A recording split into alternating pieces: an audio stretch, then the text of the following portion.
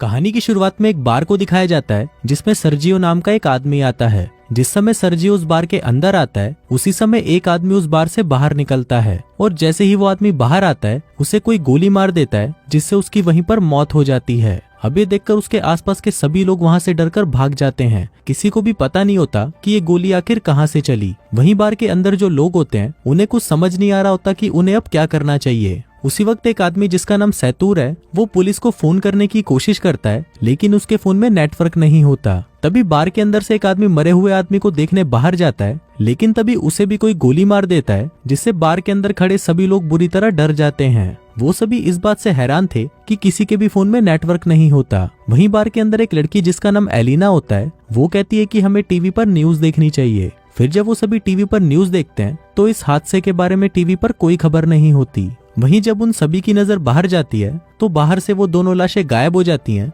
और साथ मूवी के चाहने वालों, हम आपके लिए लेकर आए हैं एक धमाका ऑफर। नेटफ्लिक्स और अमेजोन पर भारी भरकम छूट आपके सामने अभी प्लान लिखे हुए हैं। अगर आपको हमारे प्लान चाहिए तो दिए गए व्हाट्सएप नंबर पर कांटेक्ट करें।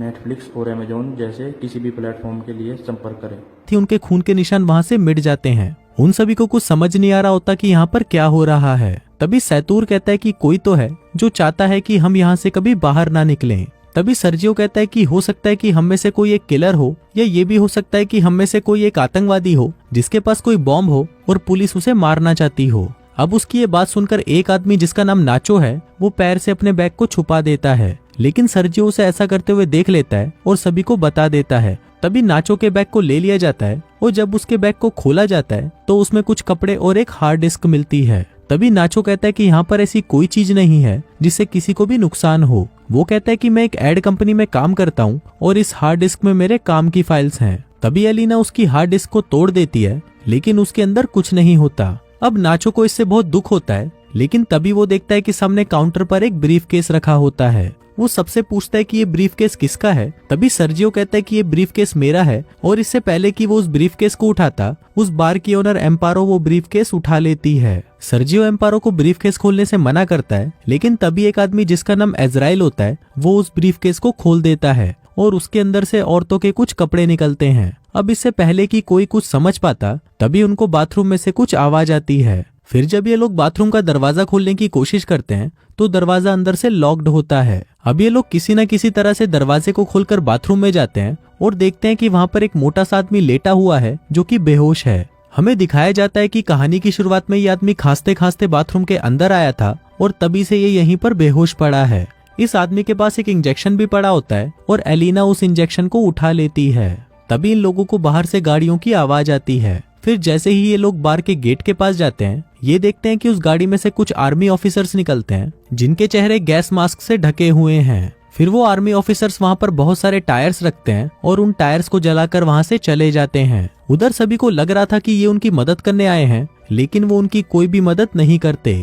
तभी टीवी पर न्यूज दिखाई जाती है कि सिटी के एक बड़े से हिस्से में आग लगी है और इसीलिए उस जगह को सील कर दिया गया है और उस तरफ अब कोई नहीं जा सकता। वहीं बार में फंसे लोगों को कुछ समझ नहीं आ रहा था कि सरकार सभी से झूठ क्यों बोल रही है। तभी वो आदमी जो बाथरूम के अंदर बेहोश था वो उन सभी के सामने आ जाता है। उसकी बॉडी पूरी तरह से फूल जाती है और उसकी आंखें भी बहुत डरावनी हो जाती हैं, जिसके बाद वो वहीं पर गिरकर मर जाता है। लेकिन मरने से पहले वो सभी को कहता है कि मुझे हाथ मत लगाना। फिर वो सभी लोग उस आदमी का फोन उठाते हैं और देखते हैं कि ये आदमी एक आर्मी ऑफिसर था। इसके फोन में कुछ फोटोज होती हैं जिनमें लोगों ने किसी वायरस से बचने वाले सूट पहने होते हैं। अब बार के अंदर सभी लोग समझ जाते हैं कि पूरे इलाके को क्वारंटीन कर दिया गया है और ये जो आदमी मर गया है वो इन्फेक्टेड था, इसलिए अब हो सकता है कि यहाँ पर और भी लोग इन्फेक्टेड हो गए होंगे। वहीं हम नाचो को देखते हैं जो किसी तरह से अपने फोन में सिग्नल लाने की कोशिश करता है और जब वो एक टेबल पर चढ़कर फोन को ऊपर उठाता है तो उसके मोबाइल में नेटवर्क आ जाता है। वो ये बात सबको बताता है लेकिन तभी नाचो से ये कहा जाता है कि तुम जल्दी से किसी मीडिया वाले को कॉल करके सब कुछ बता दो।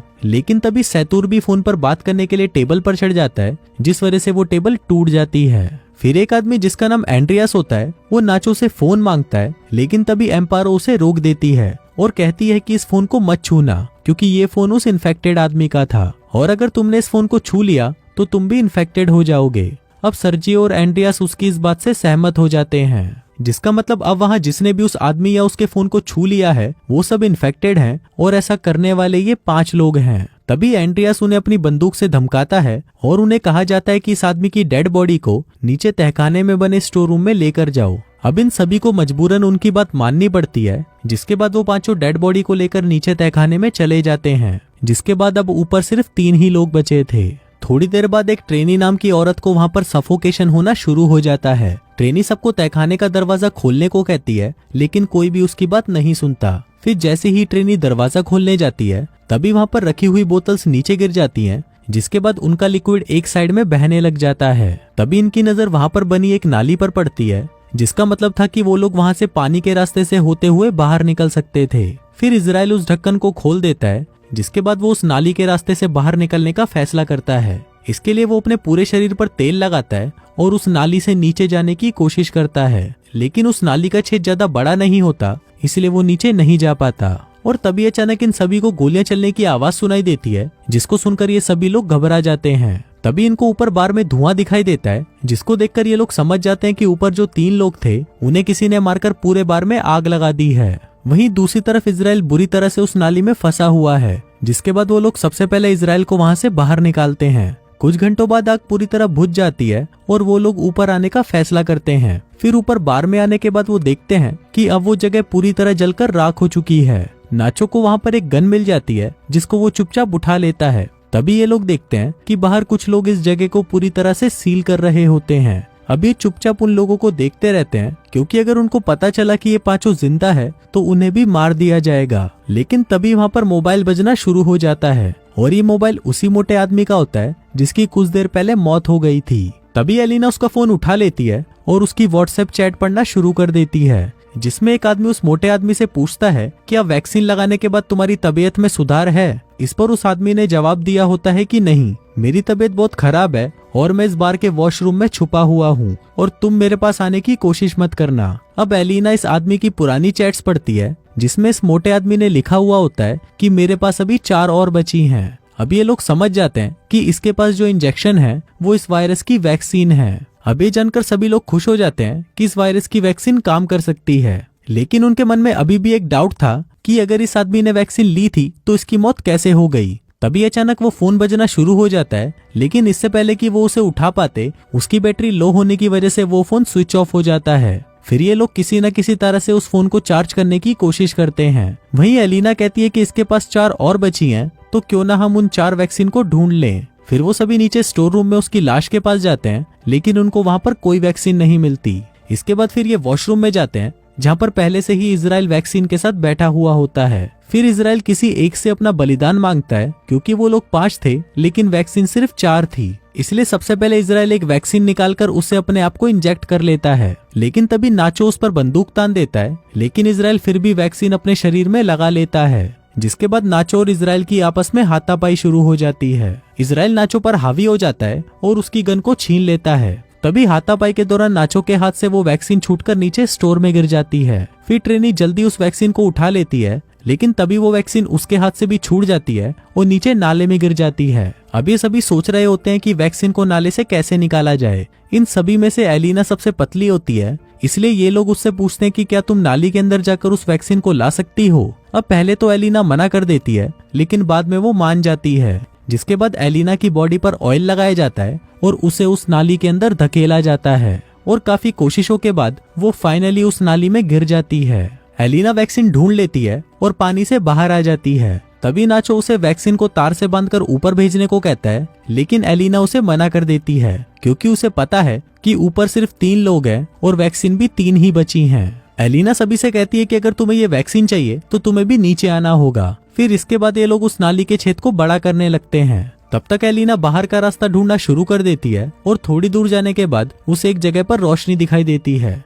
सबसे पहले वो इंजेक्शन को वहां पर बने एक गड्ढे में छुपा देती है, जिसके बाद वो सीढ़ियों से ऊपर जाकर देखती है कि वहां पर बहुत सारी पुलिस फोर्स है, जो कि बार में मरे हुए उनके 3 साथियों को जला रही है। तभी यहाँ से सीन शिफ्ट होता है और हमें दिखाया जाता है कि बाकी के 4 लोग जो ऊपर स्टोर रूम में थे वो सब भी किसी न किसी तरह से नीचे आ जाते हैं। तभी इजराइल और नाचो के बीच में फिर से लड़ाई होना शुरू हो जाती है और इस बार नाचो उससे बंदूक छीनकर उसे वहीं मार डालता है। अब नाचो के पास गन होती है तो सभी लोग उससे डर रहे होते हैं। तभी नाचो सैतूर को अपने गन पॉइंट पे ले लेता है और एलिना को वो सारी वैक्सीन देने को कहता है। नाचो उसको कहता है कि हमारे पास 3 वैक्सीन है और इसको मारने के बाद हम तीनों बच सकते हैं। फिर एलिना इन सभी को बाहर की ओर ले जाती है जहाँ पर उसने वैक्सीन छुपा कर रखी थी। फिर धीरे धीरे ये लोग आगे बढ़ते रहते हैं। नाचो और एलिना आगे चलते हैं और सैतूर और ट्रेनी इनके पीछे चलते हैं। तभी अचानक ट्रेनी सैतूर को पानी में डुबाकर मारने की कोशिश करती है, लेकिन नाचो ट्रेनी को ऐसा करने से मना कर देता है। पर ट्रेनी नाचो से कहती है कि तुम मुझे मार दो और वो वैक्सीन आपस में बांट लो। फिर नाचो ट्रेनी पर बंदूक तान देता है, लेकिन वो उसे मार नहीं पाता। जिसके बाद ट्रेनी नाचो से उसकी गन ले लेती है और कुछ दूर जाकर खुद को मार देती है। अब सिर्फ 3 लोग बचे थे और इंजेक्शन भी इनके पास 3 ही थे, इसलिए वो सभी एक एक इंजेक्शन ले लेते हैं। लेकिन इससे पहले कि ये लोग उस इंजेक्शन को लगा पाते, तभी वहाँ पर इजराइल आ जाता है जो अभी भी जिंदा था। तभी इजराइल सैतूर पर पीछे से हमला करके उसे जान से मार देता है। फिर इजराइल को गुस्सा आ जाता है और वो नाचो और एलिना की जान के पीछे पड़ जाता है। तभी नाचो और एलिना को सामने सीढ़ियां दिखाई देती हैं। वो दोनों सीढ़ियों की ओर आगे बढ़ते हैं, लेकिन तभी एलिना के पास जो इंजेक्शन होता है वो उसके हाथ से छूटकर नाले में गिर जाता है। अब क्योंकि इजराइल भी उनके साथ सीढ़ियों पर चढ़ रहा था तो वो वापस नीचे नहीं जा सकते थे। फिर नाचो जल्दी से अपना इंजेक्शन एलिना को दे देता है। तभी इजराइल नाचो का पैर पकड़कर उसे नीचे खींच लेता है, जिससे उन दोनों की नीचे गिरकर मौत हो जाती है। अब एलिना के पास जो वैक्सीन है उसे वो अपने शरीर में लगा लेती है और ऊपर शिविर का ढक्कन खोलकर उससे बाहर निकल जाती है। बाहर निकलते ही वो देखती है कि वहाँ पर बहुत सारे लोग हैं और सरकार ने आगे के इलाके को पूरी तरह से सील किया हुआ है। तभी वहाँ पर एक औरत आती है और उसके शरीर पर अपना जैकेट डाल देती है। अब एलिना को बिल्कुल भी होश नहीं था कि वो कहाँ जा रही है और वो उन भीड़ के साथ आगे बढ़ने लगती है। और इसी के साथ ही ये कहानी यहीं खत्म हो जाती है।